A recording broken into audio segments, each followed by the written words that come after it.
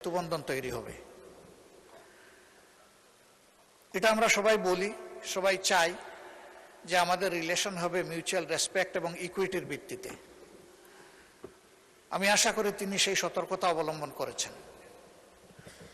আমি এও আশা করি যে আমাদের স্বাধীন ফরেন পলিসিতে কেউ হস্তক্ষেপ করুক, এটা আমরা কখনো মেনে নেব না।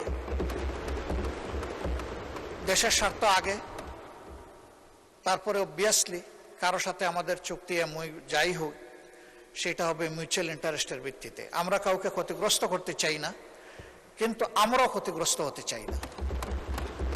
এই ভারসাম্যটা রক্ষা করেই আগামীর পলিসি যেন পরিচালিত হয়। আমি মাননীয় প্রধানমন্ত্রীর সুস্বাস্থ্য এবং দীর্ঘায়ু কামনা করছি এবং তার সরকারের সফলতাও কামনা করছি। শুধু এতটুকু যে এই সংসদ যেন সকল কর্মকাণ্ডের মূল কেন্দ্রবিন্দু হয়, সংসদকে বাইপাস করে যেন কিছুই না হয়, সব কিছু হোক সংসদের ভিতরে।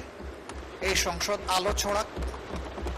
আগামী দিনের জনগণ, সরকারি দল বিরোধী দল সকলের কার্যক্রমকে তাদের অ্যাকাউন্টে নিয়ে তারাই তাদের সিদ্ধান্ত নেবে। এখানে সরকারি দল সকল ক্রেডিট নেবে আর বিরোধী দল সব কিছুতে বিরোধী করে না। সরকারি দলকেও বিরোধী দলকে সম্মান করতে হবে, আর বিরোধী দলেরও দায়িত্ব থাকবে দেশ গঠনে তার জায়গা থেকে যথাযথ ভূমিকা রাখা। সবাইকে ধন্যবাদ। আমি এই প্রস্তাবকে আবারও সমর্থন দিয়ে আপাতত কথা শেষ করলাম।